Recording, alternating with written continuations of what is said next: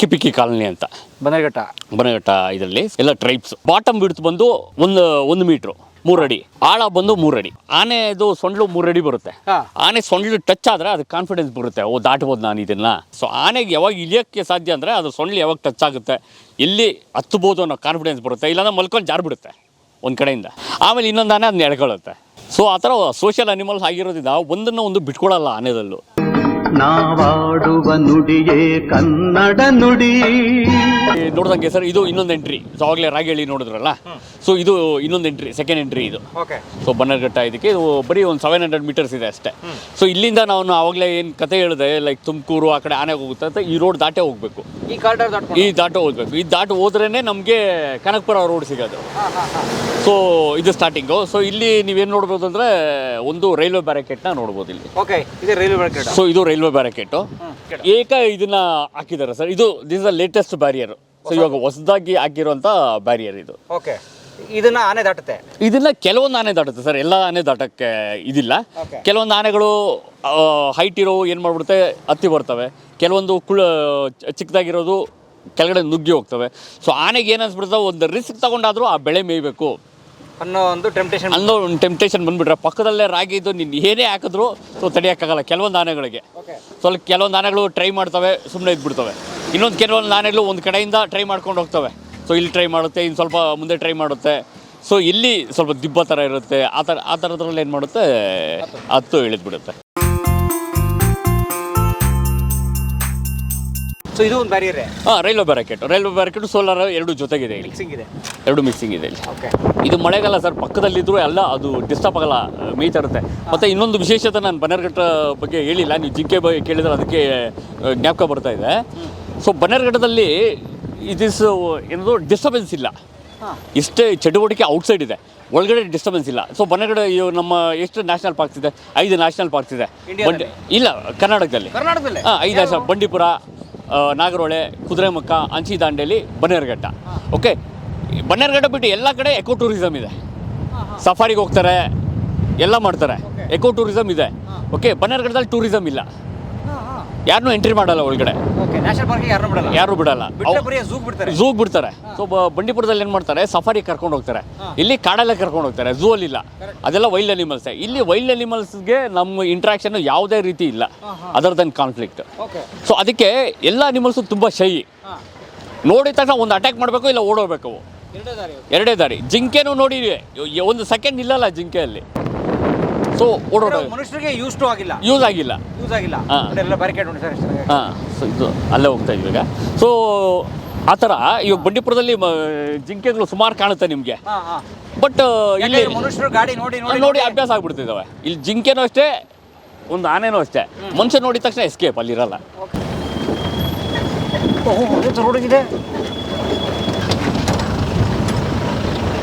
So ಇದು ಮಲ್ಟಿಲೇಯರ್ fencing.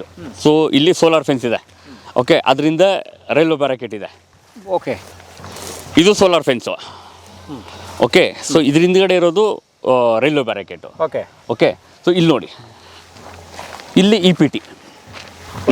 EPT ಅಂದರೆ elephant proof trench ಅಂತ ಸರ್. ಓಕೆ, EPT ಅಂತ ಕರಿತೀವಿ, ಕಂದಕ ತೆಗ್ದಿರ್ತೀವಿ.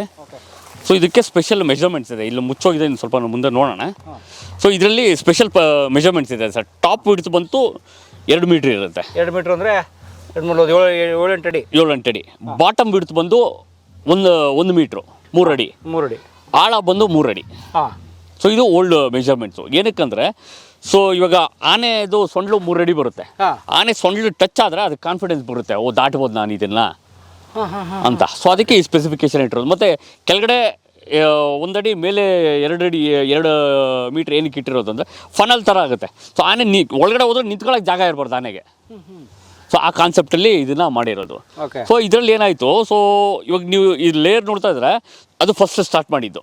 ಅದು ಕಲ್ ಕಾಂಪೌಂಡ್ ಫಸ್ಟ್. ಏನಂತಾರೆ ಅದಕ್ಕೆ? ಓಕೆ, ರಬಲ್ ವಾಲ್ ಅಂತ ಕರಿತೀವಿ. ರಬಲ್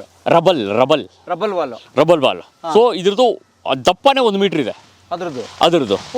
ಓಕೆ, ಹೈಟ್ ಬಂದು 6 ಅಡಿ ಇದೆ. ಸೊ ಇದೇನು ಮಾಡ್ಬಿಡ್ತದೋ, ಅದು ಸ್ಟಾರ್ಟಿಂಗ್ ಮಾಡಿದಾಗ ಆನೆಗಳಿಗೆ ಸೊ ಸುಲಭ, ಲೈಕ್ ಒಂದೊಂದೇ ಕಲ್ಲು ತೆಗಿಯುತ್ತೆ. ಸೊ ಈಚೆ ಬರುತ್ತೆ, ಹೋಗುತ್ತೆ. ಸ್ವಲ್ಪ ಆದಮೇಲೆ ಮೈನೇ ಉಜ್ಜುತ್ತೆ. ಸೊ ಕಲ್ಲೆಲ್ಲ ಬಿದ್ದೋಗುತ್ತೆ. ಸೊ ಈಚೆ ಹೋಗುತ್ತೆ, ಬರುತ್ತೆ. ಸೊ ಅದು ಮಾಡಿದಾಗ ಎಫೆಕ್ಟಿವ್ ಇತ್ತು, ಆಮೇಲೆ ಯೂಸ್ ಆಗೋಯ್ತು ಆನೆಗಳು. ಆನೆಗಳಿಗೆ ಏನೇ ಆಗಲೇ ಯೂಸ್ ಆಗಿಬಿಡ್ತವೆ, ಅವು ಅಲ್ಲಿ ಹೊಂದ್ಕೊಂಡ್ಬಿಡ್ತವೆ. ಹೊಂದ್ಕೊಬಿಡುತ್ತೆ, ಚೇಂಜ್ ಮಾಡ್ತಾ ಇರಬೇಕು. ಓಕೆ, ಸೊ ಅದಕ್ಕೆ ಇಟ್ಸ್ ಎ ಫೇಲ್ಯೂರ್ ಅಂತ ಹೇಳೋಕ್ಕಾಗಲ್ಲ, ಬಟ್ ಅದರಲ್ಲಿ ಸ್ವಲ್ಪ ಮಟ್ಟಿಗೆ ಕಂಟ್ರೋಲ್ ಆಯಿತು ಅಂತ ತಿಳ್ಕೊಬೋದು. ಓಕೆ, ನೆಕ್ಸ್ಟ್ ಬಂದು ನಮಗೆ ಇ ಪಿ ಟಿ, ಈ ಕಂದಕ. ಓಕೆ, ಇದನ್ನು ಸ್ಟಾರ್ಟ್ ಮಾಡಿದ್ದು ಎಲಿಫೆಂಟ್ ಪ್ರೂಫ್ ಟ್ರೆಂಚಸ್ ಅಂತ. ಓಕೆ. ಓಕೆ, ಸೊ ಇದರಲ್ಲಿ ಏನಾಯಿತು, ಸೊ ಇದು ಸ್ವಲ್ಪ ಲೆಸ್ ವೆದರ್ ಪ್ರೂಫ್ ಅಂದರೆ ಈ ಮಳೆ ಬಿದ್ದಾಗ ಏನಾಗುತ್ತೆ, ಸೊ ಸಿಲ್ಟ್ ತುಂಬ್ಕೊಂಡ್ಬಿಡುತ್ತೆ, ಹುಳು. ಯಾಕಂದರೆ ಕಾಡು ಸಮವಾಗಿರಲ್ಲ, ಕಾಡು 7 ಮೀಟರ್ ಇರುತ್ತೆ, ಅಂಡ್ಯುಲೇಟಿಂಗ್ ಲ್ಯಾಂಡ್ಸ್ಕೇಪ್ ಅಂತ ಕರಿತೀವಿ. ಓಕೆ, ಸೊ ನೀರಿರೋಂಥ ತಗ್ಗು ಪ್ರದೇಶದಲ್ಲಿ ಇದು ಮಾಡೋಕ್ಕಾಗಲ್ಲ. ಯಾಕೆ ಮೇಲಿಂದ ನೀರು ಹರ್ಕೊಂಬಂದು ಮಣ್ಣಿನ ಜೊತೆ ಬಂದು ತುಂಬ್ಕೊಂಡ್ಬಿಡುತ್ತೆ. ಮಣ್ಣು ತುಂಬಿಡುತ್ತೆ. ಮತ್ತು ಲೂಸ್ ಸಾಯಿಲ್ ಇರತ್ತೆ, ಇಲ್ಲಿ ಮಣ್ಣು ಲೂಸ್ ಆಗಿರುತ್ತೋ ಅಲ್ಲೂ ಮಾಡೋಕ್ಕಾಗಲ್ಲ. ಮಳೆ ಬಂದರೆ ಏನಂತೆ ಕುಸಿದು ಬಿಡುತ್ತೆ, ಹಳ್ಳ ದೊಡ್ಡದಾಗ್ತಾ ಹೋಗುತ್ತೆ. ಸೊ ಅದೆಲ್ಲ ವೀಕ್ ಪಾಯಿಂಟ್ ಆಗುತ್ತೆ. ಮತ್ತು ಇದರಲ್ಲಿ ಹಳ್ಳ ಹಾಕ್ಕೊಂಡು 1-2 ಕಿಲೋಮೀಟ್ರ್ ಹೋಗಿರ್ತೀವಿ, ಒಂದು ಬಂಡೆ ಸಿಕ್ಕಿಬಿಟ್ರೆ ಮುಗೀತು, ಅದೇ ಬ್ರಿಡ್ಜ್ ಥರ ಆಗಿಬಿಡುತ್ತೆ. ಅಷ್ಟೆಲ್ಲ ಎಲ್ಲೂ ಹೋಗಲ್ಲ, ಆ ಬಂಡೆ ಮೇಲೇ ಹೋಗುತ್ತೆ. ಸೊ ಆ ಥರನೂ ಸುಮಾರು ಇದು ಮಾಡಿದ್ವಿ. ಸೊ ಈ ಬ್ಯಾರಿಯರ್ಸ್ ಆಯಿತಾ. ನೆಕ್ಸ್ಟ್ ಬಂದು ಸೋಲಾರ್ ಫೆನ್ಸ್ ಅಂತ ಮಾಡಿದ್ವಿ. ಓಕೆ, ಸೋಲಾರ್ ಫೆನ್ಸಲ್ಲಿ ಏನಂದರೆ, ಇದು ಸೋಲಾರ್ ಫೆನ್ಸು, ಇದು ಇಂಡಿವಿಜುವಲ್ ಆಗಿತ್ತು, ಇವಾಗ ಇಂಟಿಗ್ರೇಟ್ ಮಾಡಿದ್ದಾರೆ ಇದರ ಜೊತೆ. ಸೊ ಇದರ ವಿಶೇಷತೆ ಏನಂದರೆ, ಸೊ ಇದು ಎಲೆಕ್ಟ್ರಿಕ್ ಕರೆಂಟ್ ಪಾಸ್ ಆಗುತ್ತೆ. ಎಲೆಕ್ಟ್ರಿಕ್ ಅಂದರೆ solar solar electricity, not direct electricity. So ಇದರಲ್ಲಿ ಸ್ವಲ್ಪ ಮಿಸ್ಕನ್ಸೆಪ್ಷನ್ ಆಗಿ, ಸೊ ರೈತರು ಡೈರೆಕ್ಟಾಗಿ ಎಲೆಕ್ಟ್ರಿಕ್ ಕೊಟ್ಬಿಡೋದು ಅದೆಲ್ಲ ಮಾಡ್ತಾರೆ, ಅದು ತಪ್ಪು. ಬಟ್ ಇಲ್ಲಿ ಕೊಟ್ಟಿರೋದು ಬರೀ 9 kV.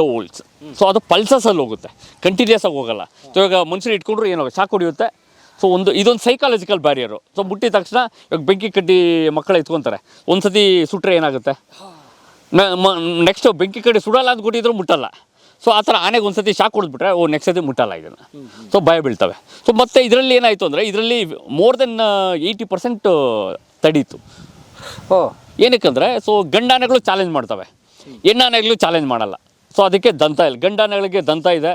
ಸೊ ಫಿಸಿಕ್ಸ್ ಅದಕ್ಕೆ ಚೆನ್ನಾಗಿ ಗೊತ್ತು. ಸೊ ಎಲೆಕ್ಟ್ರಿಸಿಟಿ, ಇನ್ಸುಲೇಷನ್ ಇದೆಲ್ಲ ನಾವು ಓದ್ತೀವಲ್ಲ, 3 Idiots ರ್ಯಾಂಚ್ ಥರ. So Tusk is a bad conductor of electricity. Okay, so ಬಂತು ಒಂದೊಂದೇ ರಿಮೂವ್ ಮಾಡ್ತವೆ. ಸೊ ಅದು ದಂತನ ಹಾಕಿ ತೆಗಿತವೆ. ದಂತನ ತೆಗಿಯೋಗಿ ನೋಡಬೇಕು, ಸೊಂಡ್ಲ ನೀಟಾಗಿ ಮಡಿಸ್ಕೊಂಡ್ಬಿಡ್ತದೆ.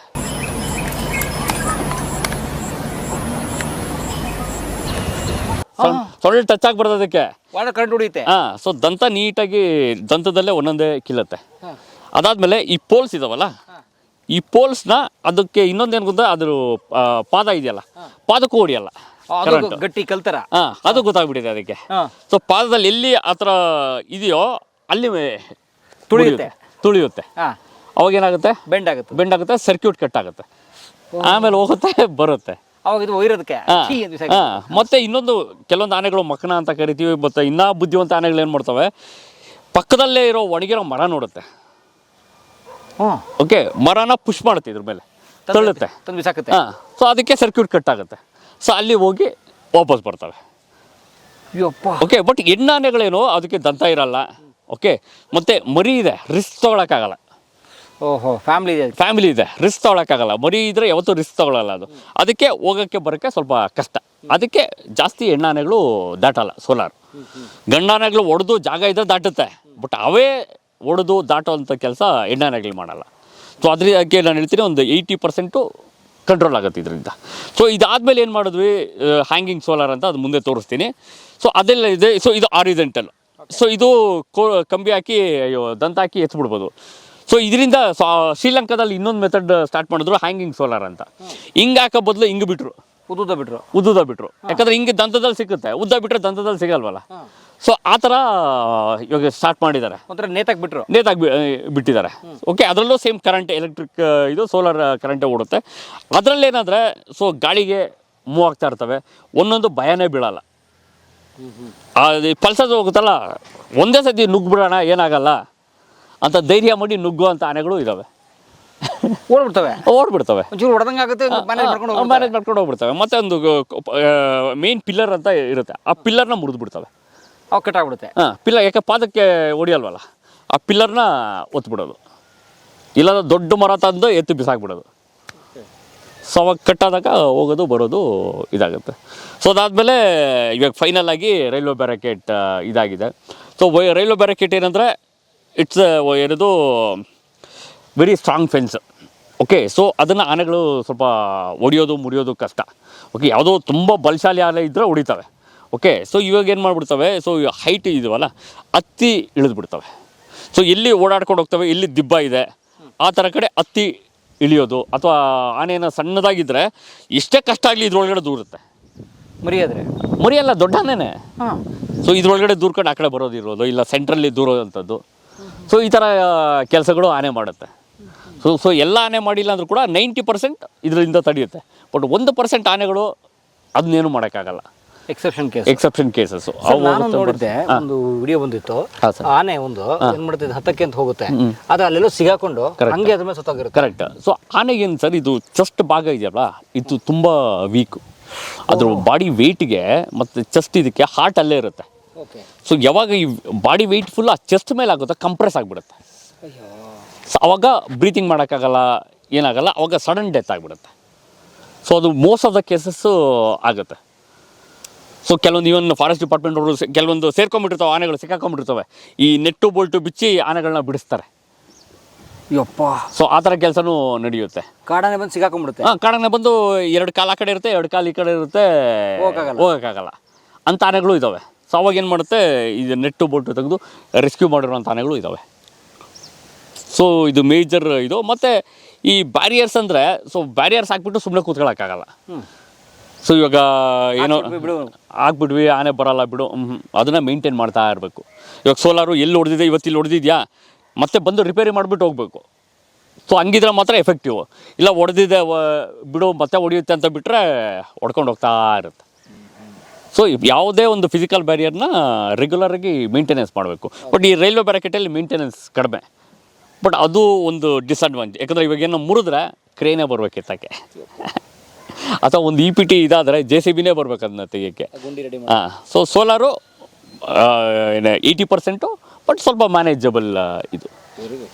ಮತ್ತು ಇನ್ನೊಂದೇಂದರೆ ಇದು ಲೈಕ್ ಟೆಕ್ನಿಕಲ್ ಇದಿದು.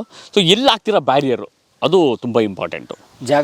ಜಾಗ ಎಲ್ಲ ಬ್ಯಾರಿಯರು ವರ್ಕ್ ಆಗುತ್ತೆ. ಸೋಲಾರು ತಡಿಬೋದು, ರೈಲ್ವೆನೂ ತಡಿಬೋದು, EPTನೂ ತಡಿಬೋದು, ಗೋಡೆನೂ ತಡೆಯುತ್ತೆ. ಸೊ ಕೆಲವೊಂದು ಕಡೆ ಎಲ್ಲ ಸೀರೆ ನೇತಾಕ್ತಾರೆ, ಆನೆ ಬರಲ್ಲ. ಇನ್ನೊಂದು ಕಡೆ ಬಿಯರ್ ಬಾಟ್ಲ್ ನೇತಾಕ್ಬಿಟ್ಟು ಇದು ಮಾಡ್ತಾರೆ, ಗಾಳಿಗೆ ಸೌಂಡ್ ಮಾಡುತ್ತೆ, ಆನೆ ಬರಲ್ಲ. ಓಕೆ, ಆ ಥರನೂ ಇನ್ಸ್ಟೆನ್ಸ್ ಇದ್ದಾವೆ.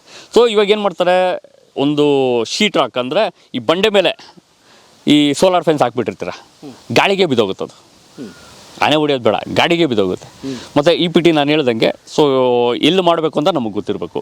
ಈ ಕೆರೆ ಭಾಗದಲ್ಲಿ ಅಥವಾ ಹಳ್ಳ ಹರಿಯೋ ಭಾಗದಲ್ಲಿ ಅದು ಮಾಡಿದ್ರೆ ಅದು ವರ್ಕ್ ಆಗಲ್ಲ. ಸೊ ನಾವು ಫೆನ್ಸ್ ಮಾಡಿಬಿಟ್ಟು ವರ್ಕ್ ಆಗಲ್ಲ ಅಂತ ಫೆನ್ಸ್ ಮೇಲೆ ಹೇಳೋಕ್ಕಾಗಲ್ಲ. ಸೊ ನಾವೇನು ಹೇಳ್ತೀವಿ, right barrier in right place. So that should happen.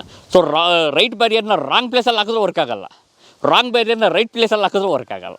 Sir, ಇಷ್ಟು ಬ್ಯಾರಿಯರ್ ಇದ್ರೂ ಕೂಡ ಆನೆ ದಾಟಿರೋ ಕೇಸ್ ಆದ್ರೆ ಹೇಳಿ, ರಿಯಲ್ ಆಗಿ ನೀವೇ ಸುಮಾರಿದೆ ಸರ್. ಸೊ ಇವಾಗ ಈ ಬ್ಯಾರಿಯರ್ಸ್ನ, ನಾನು ಇಷ್ಟು ಬ್ಯಾರಿಯರ್ಸ್ ಬಗ್ಗೆ ಏನು ಕೇಳ್ತಾ ಇದ್ದೀನಿ ಅಂದರೆ, ಬನ್ನೇರುಘಟ್ಟನ ಸೊ ಟೋಟಲ್ ಬ್ಯಾರಿಯರ್ಸ್ ಕಂಪೇರ್ ಮಾಡಿದ್ರೆ 280 ಇದಿದೆ ಪೆರಿಮೀಟರ್ ಇರೋದು. 264 square kilometre area, 280 kilometres perimeter. ಅಂದರೆ ಸುತ್ತಳತೆ 3 ಸತಿ ನಡ್ಕೊಂಡ್ಬಂದ್ಬಿಟ್ಟಿದ್ದೀನಿ. ಹಾಂ. ಸೊ ಪ್ರತಿ ಕಿಲೋಮೀಟ್ರನ್ನ ಅಳತೆ ಮಾಡಿಕೊಂಡು ಎಷ್ಟು ವೋಲ್ಟೇಜ್ ಇದೆ, ಎಷ್ಟು EPT ಆದರೆ ಎಷ್ಟು ಆಳ ಇದೆ, ಎಷ್ಟು ಅಡ್ಡ ಇದಿದೆ, ಎಲ್ಲಿ ಬಂಡೆ ಇದೆ, ಪ್ರತಿಯೊಂದು GPS ಪಾಯಿಂಟ್ ತೊಗೊಂಡು ಫುಲ್ಲು ಓಡಾಡ್ಕೊಂಬಂದ್ಬಿಟ್ಟಿದ್ದೀನಿ. ಇಡೀ ಒಂದು ಸರ್ಕಲ್ ಹಾಕ್ಬಿಟ್ಟಿದ್ದೀನಿ. 3 ಸರ್ಕಲ್ಲು 3 ಸತಿ ಓಡಾಡಿದ್ದೀನಿ. ಸೊ ಅದರಿಂದ ಎಲ್ಲಿ ಬ್ರೇಕೇಜ್ ಇರುತ್ತೆ, ಸೊ ಎಲ್ಲಿ ಆನೆ ದಾಟ್ತಾ ಇದೆ, ಇಷ್ಟೆಲ್ಲ ಮಾಡೋದು ಎಲ್ಲ ಆನೆ ದಾಟ್ತಾ ಇರುತ್ತೆ ಅಂತ ನಾವು ಆಲ್ರೆಡಿ ನಮ್ಮ ರಿಸರ್ಚಲ್ಲಿ ಪ್ರೂವ್ ಮಾಡಿದ್ದೀವಿ. ಸೊ ಫೀಲ್ಡ್ ವರ್ಕ್ ಸಿಕ್ಕಾಪಟ್ಟೆ ಮಾಡಿದ್ದೀವಿ. ಫೀಲ್ಡ್ ವರ್ಕ್ ಮಾಡಿದ್ದೀವಿ ಸರ್, ಅದೇ ನಮ್ಮ ಬೇಸಿಸ್ ಅಲ್ವಾ. ಇಷ್ಟು ನಾಲೆಜ್ ಇರಬೇಕಂದ್ರೆ ಫೀಲ್ಡ್ ವರ್ಕ್ ಮೇಯ್ನು. ಸೊ ಬುಕ್ಕಲ್ಲಿ ಕೂತ್ಕೊಂಡು ಓದೋದೇ ಬರಲ್ಲ. ಸೊ ಆನೆ ಬಗ್ಗೆ ತಿಳ್ಕೊಬೇಕಾದ್ರೆ ಓಡಾಡಬೇಕು, ನಡಿಬೇಕು, ಆವಾಗಲೇ ಕಲಿಯೋದು. ಒಂದು ಸತಿ ಏನಾಯಿತು, ಸೊ ಹಿಂಗೆ ಹೋಗ್ತಾ ಇದ್ವಿ. ಸೊ ಒಂದು ಆನೆ ಹುಡ್ಕೊಂಡೇ ಹೋಗ್ತಾ ಇದ್ವಿ. So field work data collect ಮಾಡಿಕೊಂಡು ಹೋಗ್ತಾ ಇದ್ವಿ. ಸೊ ಒಂದು ಕೆರೆಯಲ್ಲಿ ಒಂದು ಏನು ಮಾಡ್ತು, ಒಂದು ಜಿಂಕೆ ಕಡವೆ ನೀರು ಕುಡಿತಾ ಇತ್ತು. ಸೊ ನಾನು ನಮ್ಮ ವಾಚರ್ಗೆ ಹೇಳಿದೆ, ಏನೋ ನೀರು ಕುಡಿತಾ ಇದೆ, ಹಿಂಗೆ ಹೇಳಿದೆ. ಸರಿ ಸರ್, ಸೌಂಡ್ ಮಾಡೋದು ಬೇಡ, ನಿಧಾನಕ್ಕೆ ಹೋಗಿ ನೋಡೋಣ ಅಂತ ಹೇಳ್ಬಿಟ್ಟು ನಾವು ಮಲ್ಕೊಂಡು ಕ್ರಾಲ್ ಮಾಡಿಕೊಂಡು ಹೋಗ್ತಾಯಿದ್ವಿ. ಸೊ 3 ಕಡವೆ ಇತ್ತು ನೀರಲ್ಲಿ, 2 ಕಡೆ ಜಗಳ ಆಡ್ತಾಯಿತ್ತು, ಇನ್ನೊಂದು ಸುಮ್ಮನೆ ಇತ್ತು. ಅದಕ್ಕೂ ವಿಷನ್ ಅಷ್ಟೊಂದು ಗೊತ್ತಿಲ್ಲ ಸರ್. ನಾವು ಯಾರೋ ಇದ್ದಾರೆ ಅಂತ ಗೊತ್ತು, ಏನಿದೆ ಅಂತ ಗೊತ್ತಾಗಿಲ್ಲ ಅದಕ್ಕೆ. ಸೊ ಬಂತು ಇನ್ನೇನು ಹತ್ರ ನನಗೂ ಅದಕ್ಕೆ ಮುಖ ಬಂತು, ಕಡವೆಗೆ ಮತ್ತು ನನಗೆ. ಓಕೆ, ಸೊ ಅದೇನಾಯಿತು, ಹತ್ರ ಬಂದಿದ್ದಾನೆ ನಾವೇ ಅಂತ ಗೊತ್ತಾಗೋಯ್ತು. ಸಡನ್ನಾಗಿ ಎದ್ದೇಳ್ತು. ಓಕೆ, ಒಂದು ಏನದು ಹತ್ರ ಇದ್ದರೆ ಜಿಂಕೆ ಕೊಂಬು ಇದೆ ಏನೂ ಆಗಲ್ಲ ಅನ್ಕೊತೀವಿ. ಒಂದು ಚಿಕ್ಕಿದು ಹಾನಿಕರ, ನಾವು ಹುಷಾರಾಗಿರ್ಬೇಕಷ್ಟೆ. ಮತ್ತು ನಾನು ಎಲ್ಲರಿಗೂ ಅಷ್ಟೇ, ಕಾಡಲ್ಲಿ ನಡೆದವ್ರಿಗೂ ಎಲ್ಲರಿಗೂ ಹೇಳೋದಷ್ಟೇ, ನಮಗೆ ಸೆನ್ಸ್ ಆರ್ಗನ್ಸ್ ಅಂತ ಏನು ಆಡ್ತೀವಿ ಎಲ್ಲ ಚುರುಕಾಗಿರಬೇಕು. ಕಣ್ಣಲ್ಲಿ ನೋಡಬೇಕು, ಕೇಳಬೇಕು. ಒಂದು ವಾಸನೆನೂ ಒಂದು ಇಂಡಿಕೇಶನ್ ಕೊಡುತ್ತೆ, ಒಂದು ಗಾಳಿ ಅಥವಾ ಒಂದು ಟಚ್ಚು ಅದು ಇಂಡಿಕೇಶನ್ ಕೊಡುತ್ತೆ. ಸೊ ಎಲ್ಲ ಆ್ಯಕ್ಟಿವ್ ಆಗಿರಬೇಕು. ಇಲ್ಲ ಬರೀ ನೋಡ್ಕೊಂಡು ನಾನು ಕೇಳಿಸ್ಕೊಳ್ಳಲ್ಲ ಅಥವಾ ಇಯರ್ಫೋನ್ ಹಾಕ್ಕೊಂಡು ಹೋಗೋದಾಗಲಿ, ಅಥವಾ ಗ್ಲಾಸ್ ಹಾಕ್ಕೊಂಡು ಇದು ಮಾಡೋದಾಗಲಿ, ಒಂದು ಪರ್ಫ್ಯೂಮ್ ಹಾಕ್ಕೊಂಡು ಹೋಗೋದಾಗಲಿ. ಸೊ ಇದೆಲ್ಲ ಮಾಡಿದ್ರೆ ನಾವು ಟ್ರಬಲಲ್ಲಿ ಸಿಕ್ಕಾಕೊಂತೀವಿ. ಪರ್ಫ್ಯೂಮ್ಗೂ ಅದಕ್ಕೆ ಏನು ಸಂಬಂಧ? Perfume smell sir. ಹಾಂ, ಸ್ಮೆಲ್ ಅಟ್ರಾಕ್ಟ್ ಮಾಡುತ್ತಲ್ವ ಪ್ರಾಣಿಗಳನ್ನ. ಸೊ ಇವಾಗ ಸ್ಮೆಲ್ ಇಲ್ಲದೆ ಹೋದರೆ ಇವನ್ ನಾವು ಅದಕ್ಕೆ ಕಾಡಿಗೆ ಹೋಗ್ಬೇಕಾದ್ರೆ ಸೋಪ್ ಕೂಡ ಹಾಕೊಳ್ಳಲ್ಲ ಬಾಡಿಗೆ, ಯಾಕಂದರೆ ಅದಕ್ಕೆ ಸ್ಮೆಲ್ ಗೊತ್ತಾಗ್ಬಿಡುತ್ತೆ. ಇವಾಗ ನಾವು ಆನೆ ನೋಡಬೇಕು ಅಂತ ಹೋದಾಗ ಅಥವಾ ಡೇಟಾ ಕಲೆಕ್ಟ್ ಮಾಡಬೇಕು ಅಂತ ಹೋದಾಗ, ಸೊ ಒಂದು ಆನೆ ಒಂದು 500 ಮೀಟ್ರ್ ಇರಲಿ, ನಮ್ಮ ಸ್ಮೆಲ್ಗೆ ಆನೆ ಸಿಗೋದೇ ಇಲ್ಲ ನಮಗೆ. ಅದು ಮೂವ್ ಆಗ್ತಾ ಇರುತ್ತೆ, ಏನೋ ಸ್ಟ್ರೇಂಜ್ ಸ್ಮೆಲ್ ಇದೆ ಅಂತ ಮೂವ್ ಆಗ್ತಾ ಇದೆ. ಮತ್ತು ಆನೆಯಿಂದ ತಪ್ಪಿಸ್ಕೊಳ್ಳೋಕ್ಕೂ ಕಷ್ಟ. ಸೊ ಸ್ಮೆಲ್ಲೇ ಗೊತ್ತಾಗ್ಬಿಡುತ್ತೆ, ಸ್ಮೆಲ್ಲೇ ತೋರಿಸ್ಕೊಡ್ಬಿಡುತ್ತೆ ಯಾವ ಕಡೆ ಹೋಗಿದೆಯಾ ಅಂತ. ಸೊ ಅದಕ್ಕೆ ಆ ಪರ್ಫ್ಯೂಮ್ನ ಇದನ್ನೆಲ್ಲ ಯೂಸ್ ಮಾಡಲ್ಲ ಕಾಡಿಗೆ ಹೋಗ್ಬೇಕಾದ್ರೆ. ಇಷ್ಟೆಲ್ಲ ಸೂಕ್ಷ್ಮ ಇದೆ. ಹಾಂ ಸರ್, ಇಷ್ಟೆಲ್ಲ ಎಚ್ಚರಿಕೆ ತೊಗೊಂಡೋದ್ರೆ you are safe in forest. Your animals also safe, you are also safe. Great. ಹಾಂ ಸರ್. ಬಟ್ ಇದಕ್ಕೆ ಈ ರೈಲ್ವೆ ಬ್ಯಾರಿಕೇಡ್ ಹಾಕಕ್ಕೆ ತುಂಬ ಖರ್ಚು ಬರುತ್ತೆ. ಹಾಂ ಸರ್. ಸೊ ರೈಲ್ವೆ ಬ್ಯಾರಿಕೇಟು ಇದು ಆ್ಯಕ್ಚುಲಿ ಸೆಕೆಂಡ್ ಹ್ಯಾಂಡ್ ಇದು ಕಂಬಿತ. So this are used railway fence. So ಏನು ರೈಲ್ವೆಗೆ ಇದು ಎಕ್ಸ್ಪೈರ್ ಆಗಿದೆ ಅದನ್ನು ತಂದು ಇದನ್ನ ಯೂಸ್ ಮಾಡ್ಕೊತಾ ಇರೋದು. ಸೊ ಇದನ್ನು ಇದು ಮಾಡೋಕ್ಕೆ, ಕಟ್ ಮಾಡೋಕ್ಕೆ ಎಲ್ಲ ಸುಮಾರು ಖರ್ಚು ಬರುತ್ತೆ ಸರ್. ಸೊ ದಿಸ್ ಆಲ್ಸೋ ಗೌರ್ಮೆಂಟಿಂದನೇ, ಗೌರ್ಮೆಂಟ್ ಪರ್ಚೇಸ್ ಮಾಡಬೇಕಾದ್ರೆ ದುಡ್ಡು ಕೊಟ್ಟೆ ತಗೋಬೇಕು, ಫ್ರೀಯಾಗಿ ತೊಗೊಳಕ್ಕಾಗಲ್ಲ. So this is costing around 1.75 crores per kilometer. Okay, ಇಷ್ಟೆಲ್ಲ ಖರ್ಚು ಮಾಡಿದ್ರು ಆನೆ ಬರ್ತಾ ಇದೆ. ಬಟ್ ಎಷ್ಟೇ ಇದು ಇಷ್ಟೆಲ್ಲ ಖರ್ಚು ಮಾಡಿ ಜನ ಏನು ಹೇಳ್ತಾರೆ ಕೆಲಸ ಮಾಡಲ್ಲ ಅಂತ, ಬಟ್ ಇಷ್ಟೆಲ್ಲ ಖರ್ಚು ಮಾಡಿ ಆನೆ ತಡೆಗಟ್ಟೋಕ್ಕೆ ಪ್ರಯತ್ನ ಪಡ್ತಾ ಇದ್ದಾರೆ.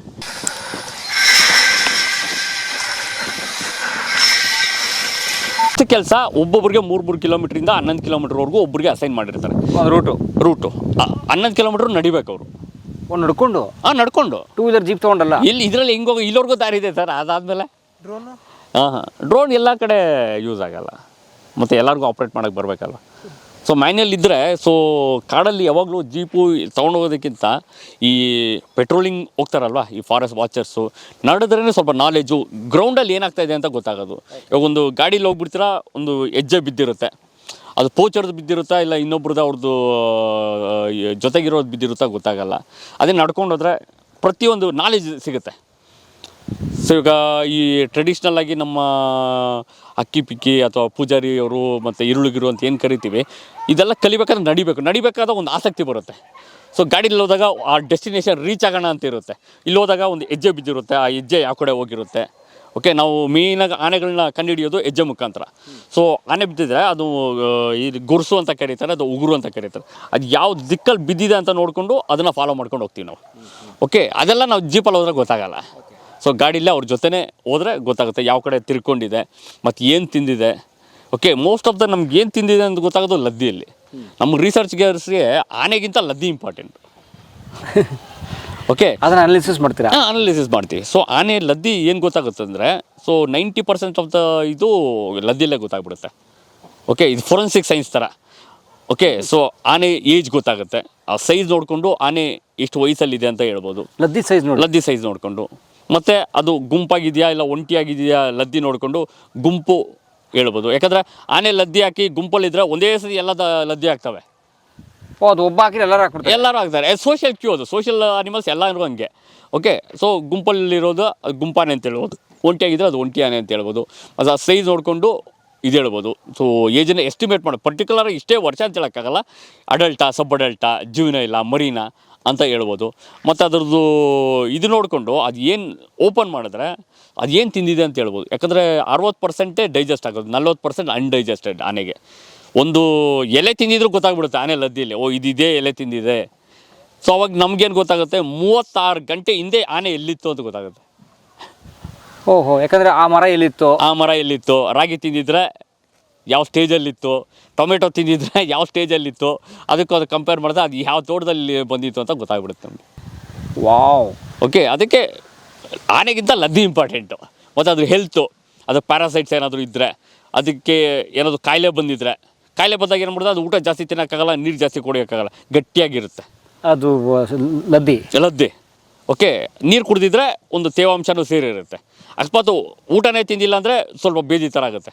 ಸೊ ಫೋಲ್ ಆನೆ ಲೈಫ್ ಹಿಸ್ಟ್ರಿನೇ ಹೇಳ್ಬಿಡುತ್ತೆ ಒಂದು ಲದ್ದಿ. ಇನ್ನೂ ಒಳಗಡೆ ಹೋದರೆ ಸೊ ಅದ್ರ DNA ಎಲ್ಲ ಲದ್ದಿಯಿಂದನೇ ತಗೊಂಡು ಅದರ ಹಿಸ್ಟ್ರಿನೇ ಹೇಳ್ಬೋದು. ಸೊ ಅದಕ್ಕೆ ಲದ್ದಿ ಮೋಸ್ಟ್ ಇಂಪಾರ್ಟೆಂಟು ಆನೆಗಿಂತ. ಮತ್ತು ಇದನ್ನು ಜನ ಅರಣ್ಯ ಇಲಾಖೆಲ್ಲ ಕಾಯ್ತಾರೆ, ಪ್ರತಿದಿನ ವಾಚ್ ಮಾಡ್ತಾರೆ. ಓಕೆ, ಇದು ಬರೀ ಗೇಟ್ಗೆ ಹಾಕಿರೋ ಸರ್ ಇದು. ಸೊ ಗೇಟು ಓಪನಿಂಗು ಅವಾಗ ಇದನ್ನು ಹಾಕಿದ್ರು, ಮುಳ್ಕಂಬಿ ಹಾಕಿದ್ರು. ಸೊ ಮುಳ್ಕಂಬಿ ಇದ್ದಾಗ ಸುಪ್ರೀಂ ಕೋರ್ಟ್ ಆರ್ಡರ್ ಬಂತು ಮುಳ್ಕಂಬಿ ತೆಗಿಬೇಕು ಅಂತ. ಓಹೋ, ಯಾಕಂದರೆ ಅದರಲ್ಲಿ ಸ್ಪೈಕ್ಸ್ ಇತ್ತಲ್ವಾ, ಬರೀ ಆನೆಗೆಲ್ಲ ಬೇರೆ ಪ್ರಾಣಿಗಳಿಗೂ ಹಾನಿ ಆಗ್ತಾ ಇತ್ತು. ಇವಾಗ ಚಿರತೆ ಜಿಂಕೆನ ಓಡಿಸ್ಕೊಂಡ್ಬರುತ್ತೆ, ಅದ್ರ ಮೇಲೆ ಬಿದ್ದುಬಿಡುತ್ತೆ. ಸೊ ಜಿಂಕೆಗೆ ಹಾನಿ ಆಗೋದು. ಸೊ ಆನೆನೇ ಇಷ್ಟೆಲ್ಲ ಪ್ರಯತ್ನ ಪಡೋದು ಅದನ್ನು ತುಳಿಯೋಕ್ಕೋ ಅಥವಾ ಮುರಿಯೋಕ್ಕೋ ಟ್ರೈ ಮಾಡುತ್ತೆ, ಅವಾಗ ಅದು ಚುಚ್ಕೊಂಡ್ಬಿಡೋದು. ಸೊ ಆ ಥರ ಆಗ್ತಾಯಿತ್ತು. ಅದನ್ನು ಅವಾಯ್ಡ್ ಮಾಡೋಕ್ಕೆ ಈ ಗೇಟಲ್ಲಿ ಈ ಥರ ಶುರು ಮಾಡಿದ್ದಾರೆ ನೋಡಿ. ಸೊ ಇದು ಈ ಕಡೆಯಿಂದ ಆ ಕಡೆ ಹೋದರೆ ಸೊ ಏನಾಗುತ್ತೆ, ಆನೆಗೆ ಇದಾಗುತ್ತೆ. ಸೊ ದಂತದಲ್ಲಿ ಎತ್ತಕ್ಕಾಗಲ್ಲ ಇದನ್ನು. ಓಕೆ, ಬಟ್ ಅರ್ಧ ಮಾತ್ರ ಕೆಳಗಡೆ ಓಪನ್ ನೋಡಿ ನಾಯಿ ಹೋಗ್ತದೆ. ಯಾವುದು ಆನೆ ಸೈಜ್ಗೆ ಇರುತ್ತಲ್ಲ ಸರ್. ಬಟ್ ಜಿಂಕೆನೋ ಚಿರತೆನೋ ಪಾಸ್ ಆಗ್ಬಿಟ್ರೆ? ಜಿಂಕೆ ಚಿರತೆಗೆ ಇದೇನು ಇದಿಲ್ಲ. ಜಿಂಕೆ ಚಿರತೆ ಮೇಲೆ ಹತ್ಕೊಂಡು ಪಾಸ್ ಆಗ್ಬೋದು. ಇವಾಗ ಬ್ಯಾರಿಯರ್ಸ್ ಎಲ್ಲ ಬೇಸ್ಡ್ ಆನ್ ಎಲಿಫೆಂಟ್ಸ್ ಅಷ್ಟೇ, ಬೇರೆ ಪ್ರಾಣಿ ಪ್ರೊಟೆಕ್ಷನ್ ಬರೀ ಆನೆಗೆ ಮಾತ್ರ, ಬೇರೆ ಪ್ರಾಣಿಗೆ ಅಲ್ಲ. ಚಿರತೆ ಫುಲ್ ಫ್ರೀಡಮ್ಮು, ಚಿರತೆಗೆ ಹುಲಿ ಎಲ್ಲ ಫ್ರೀಡಮ್ಮು. ಬಟ್ ಆನೆಗೆ ಇಷ್ಟೆಲ್ಲ ಇಂಪಾರ್ಟೆನ್ಸ್ ಕೊಡ್ತಾ ಇರೋದು. ಯಾಕೆಂದರೆ ಇವಾಗ ಬನ್ನೇರುಘಟ್ಟದಲ್ಲಿ ನಮ್ಮ ಎಲ್ಲ ಇಡೀ ಇದರಲ್ಲೇ ನೋಡಿದ್ರೆ ಕಾನ್ಫ್ಲಿಕ್ಟ್ ಆಗೋದು ಜಾಸ್ತಿ ಆನೆಯಿಂದನೇ. ಸೊ ಮನುಷ್ಯರಿಂದ ಅಥವಾ ಈ ಬೇರೆ ಪ್ರಾಣಿಯಿಂದ ತುಂಬ ಕಡಿಮೆ. ಸೊ ಹುಲಿಯಿಂದ ಆಗುತ್ತೆ, ಜಸ್ಟ್ ಏನದು ಹೆಚ್ಚಿಗೆ ಪ್ರಾಣ ಹೋಗುತ್ತೆ. ಬಟ್ ಅಷ್ಟೊಂದು ಕಾನ್ಫ್ಲಿಕ್ಟ್ ಇಲ್ಲ. ವಾರಕ್ಕೊಂದು ಸತಿ ಆಗ್ಬೋದು, ಇಲ್ಲ ತಿಂಗಳಿಗೊಂದು ಸತಿ ಆಗ್ಬೋದು, ಇಲ್ಲ ವರ್ಷಕ್ಕೊಂದು ಸತಿ ಆಗ್ಬೋದು. ಬಟ್ ಆನೆ ದಿನ ಆಗುತ್ತೆ. ಸೊ ಡೈಲಿ ಯಾರು ನಿದ್ದೆ ಮಾಡೋಕ್ಕೆ ಬಿಡ್ತಾ ಇಲ್ಲ? ನಿದ್ದೆ ಮಾಡೋಕ್ಕೆ ಬಿಡ್ತಾ ಇಲ್ಲ. ಇವಾಗ ಸುಮಾರು ಜನ ನಿದ್ದೆ ಮಾಡೋಕ್ಕೆ ಆಗಲ್ಲ. ಸುಮಾರು ಜನ ಈ ನಮ್ಮ ಇದರಲ್ಲಿ ಯಾವುದು ಬನ್ನೇರುಘಟ್ಟ ಸುತ್ತಮುತ್ತ ನೋಡಿದ ಆನೆ ಇರೋ ಜಾಗದಲ್ಲಿ most of the people are got into alcohol because of elephants.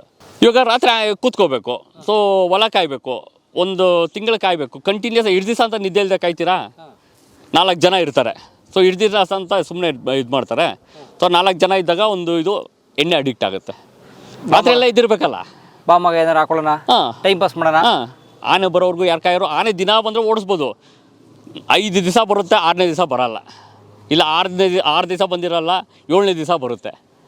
So ಆನೆ ಎಲ್ಲರನ್ನು ಕುಡ್ತು ತಳ್ತಾ ಇದೆ. ಅದು ಒಂದು ಇದೆ. ಮತ್ತು ನಾವೊಂದು ಸ್ಟಡಿ ಮಾಡಿದ್ವಿ. ಸೊ ಯಾರು ಈ ಸೋಷಿಯೋ ಎಕನಾಮಿಕ್ ಸರ್ವೆ ಅಂತ, ಯಾರು ಮೋರ್ ಟಾಲರೆಂಟು ಅಂತ. ಸೊ ಈ ಗಂಡಸರಿಗಿಂತ ಹೆಂಗಸರೇ ಟಾಲರೆನ್ಸ್ ಕಡಿಮೆ. ಆನೆಗಳು ನೋಡಿದ್ರೆ ಕೋಪ ಜಾಸ್ತಿ. ಹೋಗಿ ಇದು ಮಾಡೋದೆಲ್ಲ ಗಂಡಸರು, ಓಡಿಸೋದು, ರಾತ್ರಿ ಕಾಯೋದೆಲ್ಲ. ಹೆಂಗಸರಿಗೆ ಕೋಪ ಜಾಸ್ತಿ. ಯಾಕೆ? ಅವರು ರಾತ್ರಿ ಎಲ್ಲ ನಿದ್ದೆಗೆಟ್ಟು ಇದು ಮಾಡ್ತಾ ಇರೋದು, ಮನೆಗೆ ಬಂದು ಅವ್ರ ಮೇಲೆ ಕೋಪ ತೋರಿಸೋದು, ಇದೆಲ್ಲ ಏನದು ಸೈಕಾಲಜಿಕಲಿ ಎಫೆಕ್ಟ್ ಆಗ್ತಾ ಇದೆ ಫ್ಯಾಮಿಲಿಗೆ. ಒಂಥರ ಸೋಷಿಯಲ್ ಚೇಂಜು, ಒಂಥರ ಫ್ಯಾಮಿಲಿ ಇಶ್ಯೂಸ್ ಆಗ್ತಾ ಇದೆ. ಸೊ ಆನೆಯಿಂದ ಎಕನಾಮಿಕಲ್, ಫಾರೆಸ್ಟ್ ಎಲ್ಲರ ಜೊತೆಗೆ ಸೋಷಿಯಲ್, ಫಿಸಿಕಲ್, ಎಮೋಷನಲ್ ಎಲ್ಲ ಚೇಂಜ್ ಆಗ್ತಾ ಇದೆ. ಒಂದು ಆನೆಯಿಂದ ಇಡೀ ಡೈನಾಮಿಕ್ಸೇ ಚೇಂಜ್ ಆಗುತ್ತೆ. ನಮ್ಮ ತೇಜಸ್ವಿ ಬರುತ್ತಲ್ಲ, ಕೃಷ್ಣೇಗೌಡರ ಆನೆ ಕತೆ ಇದು. ವಾವ್, ಒಂದು ಆನೆ ಇಡೀ ಪರಿಸರನ ಬದಲಾಯಿಸುತ್ತೆ. ಸೊ ಎಷ್ಟು ಚೆನ್ನಾಗಿ ಹೇಳಿದ್ರಿ. ಈಗ ಗಂಡ ರಾತ್ರಿ ಎಲ್ಲ ಕಾಯಕ್ ಹೋಗ್ತಾನೆ, ಅವ್ನು ನಿದ್ಗೆಟ್ಕೊಂಡು ಹೆಂಡತಿ ಮೇಲೆ ರೇಗ್ತಾನೆ, ಅವಳು ಫುಲ್ ಆನೆ ಮೇಲೆ ಸಿಟ್ ಮಾಡ್ಕೊಂತಾಳೆ. ಏನಕ್ಕೆ ಹೋಗ್ತಾ ಇದೆಯಾ? ಆನೆ ಕಾಯಕ್ಕೆ. ಸರಿನಾ? ಇವಾಗ ಅಷ್ಟೆಲ್ಲ ಕಾಯ್ತೀಯ ಅಂತ ಇಷ್ಟೆಲ್ಲ ಇದು ಮಾಡಿ ಮನೆಗೆ ಏನಾದ್ರು ತರ್ತೀಯ ನೀನು? ಏನೂ ಇಲ್ಲ. ಅಲ್ಲೋಗಿ ಏನು ಕುಡ್ಕೊಂಡೆ ಇರ್ತೀಯ? ಕಾಯ್ದಿರಾ? ಅಲ್ಲ, ಆನೆ ಕಾಯ್ತೀಯ, ನನ್ನ ಯಾವ ಕಾಯ್ತೀಯ ಅಂತ. ಅದು ಒಂದಿದೆ.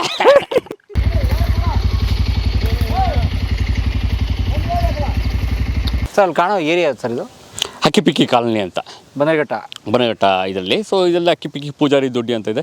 ಎಲ್ಲ tribes, like they not actually tribes, but they relate them to tribes ಥರ. ಓಕೆ, ಸೊ ಇವ್ರಿಗೆ ಯಾವಾಗಲೂ ಇದೆ. ಸೊ ಆನೆ ಹೋಗುತ್ತೆ, ಚಿರತೆ ಹೋಗುತ್ತೆ, ಕರಡಿ ಅವ್ರ ಮನೆ ಹತ್ರ.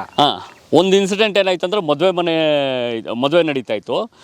ಸೊ ಎಲ್ಲ ಕೂತ್ಕೊಂಡು ಸೌಂಡ್ ಎಲ್ಲ ಇದೆ. ಒಂದು ಮನೇಲಿ ಏನು ಮಾಡಿದ್ದಾರೆ, ಅವರು ಏನೇ ಸ್ವೀಟ್ ಗೀಟ್ ಎಲ್ಲ ಮಾಡಿಕ್ತಿದ್ದಾರೆ, ಕರಡಿ ಹೋಗಿ ಸೇರ್ಕೊಂಬಿಟ್ಟಿದ್ರು ಮನೆಯಲ್ಲಿ. ಆ ಸ್ವೀಟ್ ಸೊ ಎಲ್ಲ ಈಚೆ ಇದ್ದಾರೆ, ಕರಡಿ ಹೋಗಿ ಒಳಗಡೆ ತಿನ್ಕೊಂಡು ಕೂತಿದೆ. ಏನು ಮಾಡೋದು? ಆಮೇಲೆಲ್ಲ ಬಾಗಿಲು ಹಾಕಿ, ಸೊ ಬೇರೆಯವ್ರನ್ನ ಕರೆಸಿ, ಸೊ ಅದನ್ನು ರೆಸ್ಕ್ಯೂ ಮಾಡಿದೆ. ಸೊ ಮದುವೆ ಇದರಲ್ಲಿ, ಸೊ ಅದು ಮನೆಗೆ ಹೋಯ್ತು. ಮನೇಲಿ ಯಾರಾದ್ರು ಇದ್ದಿದ್ದರೆ ಹೊಡೆದಿರೋದು. ಸೊ ಆ ಥರ ಇನ್ಸಿಡೆಂಟ್ ಕಾಡು ಪಕ್ಕ ಇದ್ದರೆ ಸ್ವಲ್ಪ ರಿಸ್ಕು ಜಾಸ್ತಿ ಇರುತ್ತೆ. ಈ ಆನೆ ಹಳ್ಳಿಗೆ ಬಿದ್ದುಬಿಟ್ರೆ ಹೆಂಗೆ ಎತ್ತೀರಾ? ಸರ್ ಆನೆ ಸಾಮಾನ್ಯವಾಗಿ ಬೀಳಲ್ಲ ಹಳ್ಳಕ್ಕೆ. ಓಕೆ, ಸೊ ಅದೇನಾಗುತ್ತೆ, ಹಳ್ಳಕ್ಕೆ ಬಿದ್ದರೂ ಎದ್ದೇಳ್ಬಿಡುತ್ತೆ.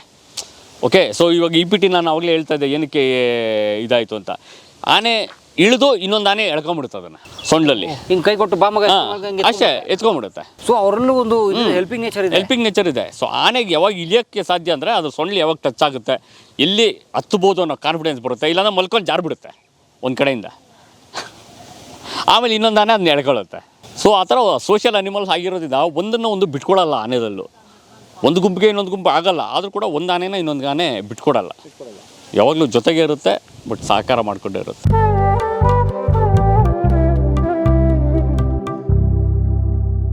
ಈ ವಿಡಿಯೋ ನೋಡಿ ನಿಮಗೆ ಕಾಡಿನ ಬಗ್ಗೆ ಅರಿವು ಬಂದಿದ್ದರೆ, ಸೂಕ್ಷ್ಮವಾಗಿರಬೇಕು ಅಂತ ಅನಿಸಿದರೆ, ಕಸ ಹಾಕಬಾರ್ದು ಅಂತ ಅನಿಸಿದರೆ, ಕಿರ್ಚಾಡಬಾರ್ದು ಅಂತ ಅನಿಸಿದರೆ, ನಾವು ಸೋಷಿಯಲ್ ಡಿಸ್ಟೆನ್ಸಿಂಗ್ ಪ್ರಾಣಿಗಳಿಂದ ಇಟ್ಕೋಬೇಕು ಅಂತ ಗೊತ್ತಾಗಿದ್ದರೆ ಈ ವಿಡಿಯೋ ಸಾರ್ಥಕ. ಆರೋಶ ತಂಡಕ್ಕೆ ಶುಭವಾಗಲಿ.